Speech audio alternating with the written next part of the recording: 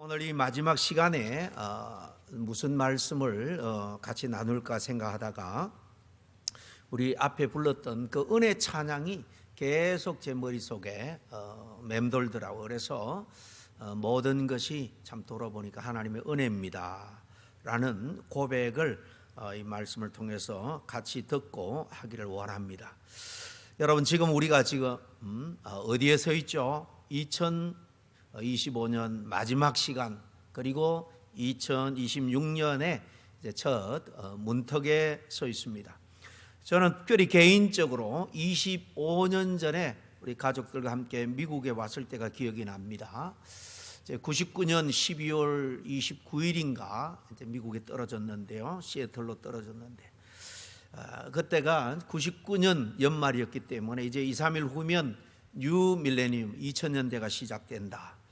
그래서 미국 오니까 컴퓨터 시스템이 이 연도를 뒤에 두 자리만 인식을 하는가 봐요. 1900년대하고 900년하고 2000년하고 D가 다 00이잖아요. 그래서 2000년을 1900으로 연으로 인식하고, 그래서 이 가게에서 이렇게 다 이제 그때만 해도 이 전자 시스템으로 물건 값을 이렇게 계산을 하고 또 카드를 페이하고 그럴 때였는데요.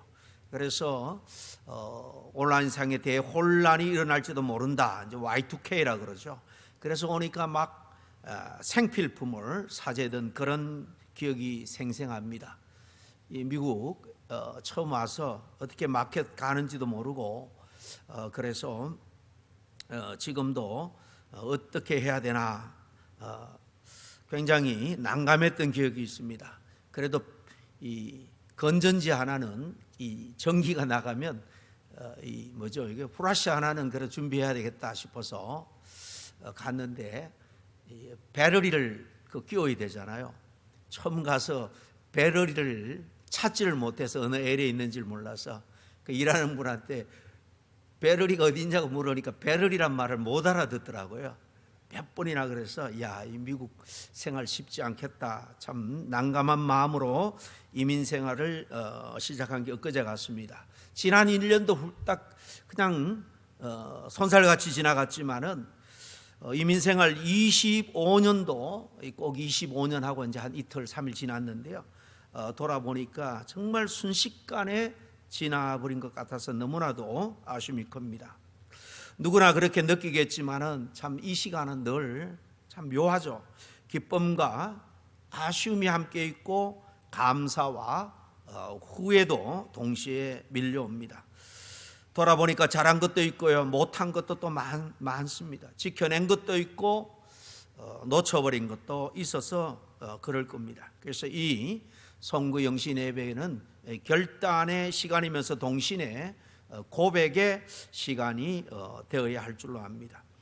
저는 오늘 이 2025년 마지막 이 성구 영신 예배의 고백을 한 찬양으로 대신할 수 있겠다라고 생각을 했습니다. 지난 몇 년간 우리 한국 교회 또 우리 이민 교회에서 특별히 사랑을 많이 받은 손경민 이 젊은 목사님인데요. 손경민 목사님이 만든 은혜라는 찬양입니다. 앞에서 우리 모두 불렀는데요. 그 찬양의 고백처럼 돌아보니 모든 것이 은혜였습니다. 우리 모두 지난 1년을 돌아볼 때 아쉬움도 많겠지만 이 고백 하나로 2025년을 감사함으로 보내고 또 새해를 힘차게 맞을 수 있는 저와 여러분 모두가 될 수 있기를 간절히 바랍니다. 은혜라는 찬양은 앞에 이렇게 시작하죠. 내가 누려왔던 모든 것이, 내가 지나왔던 모든 시간이, 내가 걸어왔던 모든 순간이 당연한 것이 아니라 은혜요소, 이렇게 시작합니다. 가사를 가만히 음미하면서 살펴보면요, 내가 이룬 것이 아니라 내가 누려온 것들이 은혜다라고 고백합니다. 저는 이 고백이 참으로 신앙적으로 정직하다라는 생각을 해봅니다.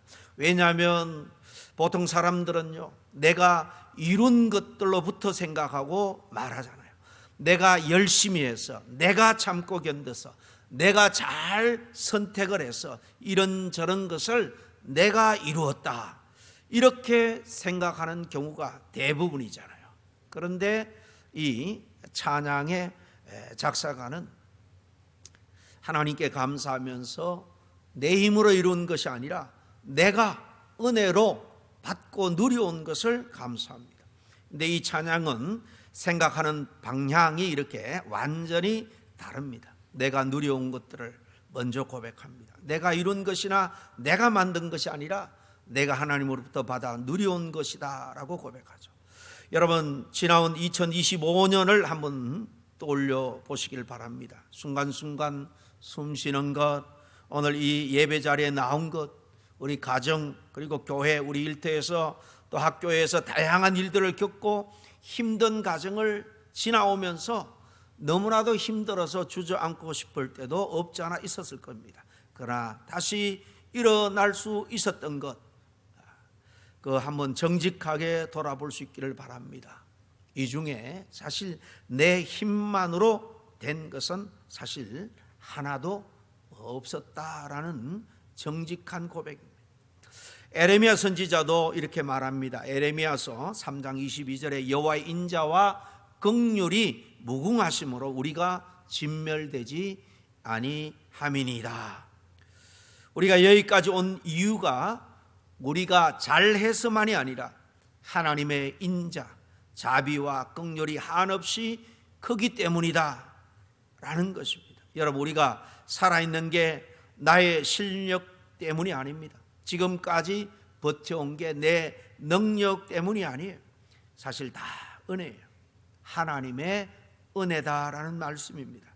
오늘 읽은 첫째 본문도 보니까 시편 기자는 2절 3절에서 이렇게 말합니다. 내 영혼아 여호와를 송축하며 그의 모든 은택을 잊지 말지어다. 그가 내 모든 죄악을 사하시며 내 모든 병을 고치시며 그랬습니다. 사실 이 말씀은요, 한 해의 마지막 시간 앞에 서 있는 우리들에게 들려주는 말씀이기도 한 거예요. 내 영혼아 여호와를 송축하라. 그의 모든 은택을 잊지 말지어다. 이 말씀은요, 꼭 기분 좋을 때 하는 말이 아닙니다. 잘 됐을 때만 하는 고백도 아니에요. 오히려 한 해를 다 지나오고 나서 기억하고 싶지 않은 장면도 있고요, 후회되는 선택도 있고, 마음 한구석이 아직 아픈 상태일 때 내 영혼에게 억지로 일부러 하는 말 같아요. 내 영혼아 한숨만 쉬지 말고 실패한 장면만 다시 보지 말고 하나님께서 하신 일을 좀 기억해라. 지난 1년을 돌아보면 우리는 다 하나님 앞에서 부족함이 많았습니다. 완벽하지 못했습니다. 여러분, 우리 중에 완벽하게 온전한 모습으로 신앙생활을 했노라 자부할 수 있는 분 여기 몇 분이나 있겠습니까? 어쩌면 한 분도 없을 겁니다.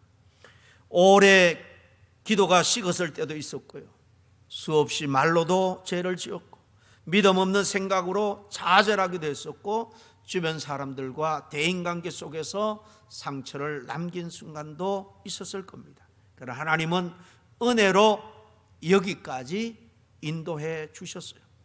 그런데 오늘 말씀은 또 이렇게 말합니다. 그가 내 모든 죄악을 사하시고, 모든 죄악, 기억나는 죄만이 아니라 기억나지 않는 죄까지도, 흔적 없이 넘어갔다고 생각했던 그 죄까지도 하나님 다 기억하지만은 그것까지도 다 사해 주셨다라는 거예요. 그렇습니다. 우리가 오늘 이 자리에 있다는 것, 한 해 동안 온갖 죄로 넘어졌지만 하나님이 우리를 포기하지 않았다는 증거입니다. 그리고 또 내 모든 병을 고치며 이렇게 고백하죠.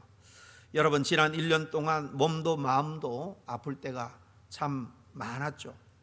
요즘 의사들은요, 검사 수치는 다 정상인데 몸 안에서는 이미 위험 신호가 시작되는 경우가 많다라는 말을 자주 합니다.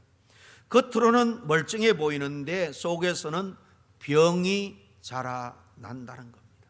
여러분, 성인 한 사람의 몸에 세포가 얼마나 있는지 아십니까? 약 30조에서 40조 개의 세포가 있어요. 혈액세포도 있고요, 피부세포도 있고, 장기, 상피세포, 여러 가지 세포가 있는데 하루에 수천억 개 이상의 세포 분열이 일어납니다. 어떤 부분의 세포는요 4, 5일이면 새로운 세포로 싹 다 교체가 돼요. 어린아이든 어른이든. 그런데 그 중에는요 비정상적인 돌연변이 세포가 생기는 경우가 참 많다는 거예요. 이렇게 세포 수가 워낙 많으니까 몇 프로 되지 않는 것 같아도요 하루에 사실 수백만 개 이상의 돌연변이를 가진 세포가 생긴다고 합니다. 이 말은 절대 과장이 아니에요. 의사들, 의학에서 하는 말입니다. 그러나 의학적으로 암과 같은 질병으로 발전하지 않는 것은 사실 다 자가 면역력, 자가 치유력 때문이라고 말합니다.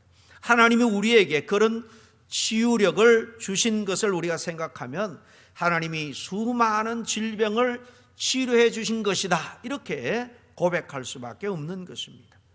그가 내 병을 고치시며, 이 말씀은요 당장 모든 정상이 사라진다라는 뜻이 아닙니다. 하나님이 우리 삶을 치유와 회복의 방향으로 돌리고 계셨다라는 고백입니다. 우리가 완전히 낫지 않았어도 괜찮습니다. 중요한 것은 무너지지 않고 여기까지 왔다는 거예요.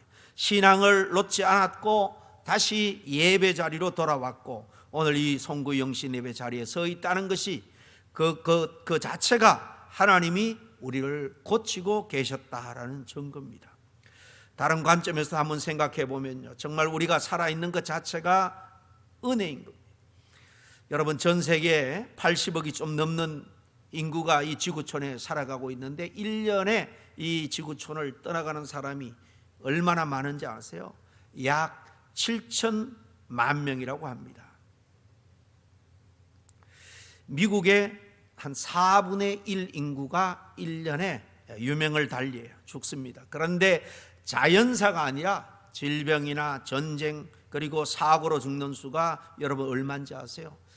죽는 사람의 숫자의 85% 이상이 자연 수명을 다하고 죽는 게 아니라 여러 가지 질병, 사건, 사고, 전쟁으로 죽는다는 겁니다.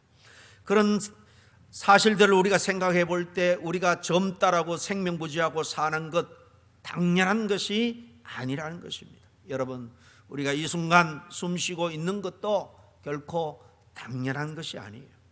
그리고 이 찬양의 고백은 밝은 이야기만 하지 않습니다. 지나왔던 모든 시간이, 내가 걸어왔던 모든 순간이 당연한 것 아니라 은혜였다라고 고백하죠. 그 지나왔던 모든 시간과 걸어왔던 모든 순간 안에는요 우리의 희로애락, 즐겁고 기쁘고 그런 장면뿐만 아니라 슬프고 고통스러운 그 모든 순간을 다 포함하는 거예요. 때로 뭔가 마음이 아파서 울고 싶었을 때도 있었을 겁니다. 때로 하는 일이 너무나도 버겁고 힘들어서 주저앉고 싶을 때도 있었고요. 너무 외로워서 그렇게 좌절 가운데 울고 싶을 때도 있었을 겁니다. 2025년이 늘 평탄했던 분은 아마도 한 분도 없을 거예요. 마음을 다해 새로운 마음을 다해서 우리가 계획한 일들이 다 이루어졌습니까? 우리가 늘 건강하기를 원했고 좋은 음식 또 건강을 챙기는 운동도 했지만은 사실 건강이 많이 연약해진 분도 있을 거예요. 가까운 사람들과의 관계가 깨어져서 정말 마음이 찢어질 정도로 아픈 분도 없지 않아 있을 겁니다. 그런데 이 찬양은 이렇게 고백해요. 이 모든 순간에도 주님은 함께 하셨다. 그러니 모두가 다 하나님의 은혜라는 겁니다. 우리는 나중에서야 알게 될 때가 많습니다. 그 실패가 사실 나를 겸손하게 만들었고요. 그 눈물이 기도의 깊이를 만들었고 그 기다림이 믿음을 더욱 단단하게 만들었다는 것을요. 오늘 두 번째 본문을 보면 바울도 이렇게 말합니다. 고린도전서 15장 10절이죠. 그러나 내가 나된 것은 하나님의 은혜로 된 것이니. 다메섹에서 부활의 주님을 만나기 전까지 바울의 과거는 어땠습니까? 하나님 앞에 자랑할 게 아니었습니다. 그런 그릇된 율법주의자로서 원래 예수님을 대적했습니다. 초대교회 성도들을 잡아서 가두고 핍박하던 자였습니다. 그러나 그는 지금 이렇게 고백합니다. 그 과거까지 포함해서 지금의 내가 은혜다라는 거예요. 여러분, 바울에게 있어서 아픈 시간도요, 은혜의 재료였음을 여러분 기억할 수 있기를 바랍니다. 하나님은 오히려 대적자인 그를 버리지 않으시고 그 못난 부분들도 다 사실 선으로 사용했습니다. 여러분, 이 은혜 찬양의 핵심 고백은요, 당연한 것이 하나도 없었다는 거예요. 당연한 것 하나도 없었다, 이 말이 참 심오하고 깊습니다. 우리는 언제 은혜를 잊게 됩니까? 모든 것이 당연하다고 느껴질 때입니다. 편안한 장소에서 예배를 드림이 당연하고, 건강하게 살아가는 것이 당연하고, 가족이 있고 함께 또 예배할, 또 섬길, 또 교제할 교회가 있음이 당연하고, 용서받는 게 당연하다고 생각할 때 그 순간 은혜의식은 사라지고, 그러므로 감사도 사라지게 됩니다. 은혜는 값없이 받는 것이다 라고 성경은 분명히 말합니다. 그렇습니다. 구원의 은혜도 또 모든 이 자연적 은혜도 값없이 하나님으로부터 받은 거예요. 그래서 감사하지 않으면요, 금방 사라진 것처럼 느껴집니다. 송구 영신 예배는 하나님께서 우리에게 이렇게 묻는 시간이에요. 지난 한 해 우여곡절이 많았지만 그래도 나를 은혜의 하나님으로 고백하겠느냐? 조건이나 형편이 좋아서가 아니라 무슨 아픔이나 고통을 겪고 있는 지금 이 순간 이 자리에서도 그렇게 고백할 수 있겠느냐라는 것입니다. 마지막으로 이 찬양의 고백이 귀한 것은 과거에 끝나지 않고 자연스럽게 미래의 고백으로 나아간다는 겁니다. 후반부 가사를 보면 모든 것이 은혜, 은혜, 한없는 은혜, 내 삶에 당연한 것 하나도 없었던 모든 것이 은혜였소, 그렇게 고백하죠. 모든 것이 은혜, 은혜, 은혜라는 거예요. 이 고백은 특정 시점에 묶이지 않고 내 삶 전체에 대한 신앙적인 선언이요 고백입니다. 즉 앞으로의 삶도 여전히 은혜일 것이다 라는 미래형 신앙 고백으로 들립니다. 지나온 것도 은혜고 지금도 은혜고 그리고 앞으로도 은혜일 것이다 라는 겁니다. 2026년을 여는 방식은 그렇기 때문에 우리의 계획보다는 먼저 하나님의 은혜를 신뢰하는 것이어야 할 줄로 믿습니다. 이제 우리는 거의 새해 문 앞에 서 있습니다. 솔직히 26년이 다음 새해가 더 쉬워질 것 같습니까? 결코 아닙니다. 세상은 더 빠르고 불확실성은 더 커졌습니다. 내 계획이 그대로 다 이루어지면 얼마나 좋을까요? 결코 그렇게 되지 않는다는 것. 그러므로 우리는 더욱 겸손하게 하나님의 은혜를 붙들어야 됩니다. 에레미야서가 3장 그 다음 23절은 이렇게 말합니다. 이것들이 아침마다 새로우니 주의 성실하심이 크시도소이다 그랬습니다. 22절 앞에 여호와의 인자와 긍휼이 무궁하심으로 그랬죠. 그 말씀을 볼 때 주의 인자, 그 긍휼하심, 자비가 아침마다 새롭다는 거예요. 언제요? 아침마다. 무슨 말이에요? 은혜는 저축해 두는 게 아니라는 거예요. 아침마다 매일매일 새로 받는 것임을 알 수가 있습니다. 그래서 우리는 이렇게 고백하며 새해를 열어야 될 줄로 믿습니다. 그저 잘해 보겠습니다가 아니라 매일매일 주님과 동행하며 주님을 의지하겠습니다. 여러분, 새해를 생각하면 여전히 모르는 것이 많습니다. 어떤 일이 일어날지, 우리에게 어떤 만남이 주어질지, 어떤 아픔이 있을지, 하지만 우리는 이것을 압니다. 은혜의 하나님은 변하지 않는다는 것입니다. 히브리서 기자는 말합니다. 히브리서 13장 8절에 예수 그리스도는 어제나 오늘이나 영원토록 동일하신다. 어제도 하나님께서는 우리와 함께 하셨습니다. 오늘 이 시간에도, 예배드린 이 시간에도 하나님은 동일하십니다. 어제 붙잡아 주셨던 손으로 오늘도 붙잡아 주시고, 어제 용서하셨던 은혜로 오늘 저와 여러분을 여전히 안아주시고 덮어주시는 것. 마지막으로 영원토록이라고 했습니다. 하나님은 영원토록 동일합니다. 환경은 바뀌고 계획이 무너져도 하나님은 바뀌지 않는다는 거예요. 그래서 우리는 미래를 우리 스스로 통제할 수는 없어도 미래를 맡길 분을 우리는 잘 압니다. 그리고 우리는 그분을 믿고 그분을 의지합니다. 그러면 오늘 이 밤 주님, 나는 변덕스럽지만 주님은 동일하시고, 나는 약하지만 주님은 신실하십니다 라는 고백으로 새해를 두려움이 아니라 언제나 신실하시고 동일하신 그 주님을 붙들고 담대하게 살아갈 수 있기를 바랍니다. 함께 기도하겠습니다. 은혜 하나님 아버지, 지난 한 해를 돌아보니 자랑할 것은 하나도 없고 그러나 돌아보니 다 감사할 것뿐입니다.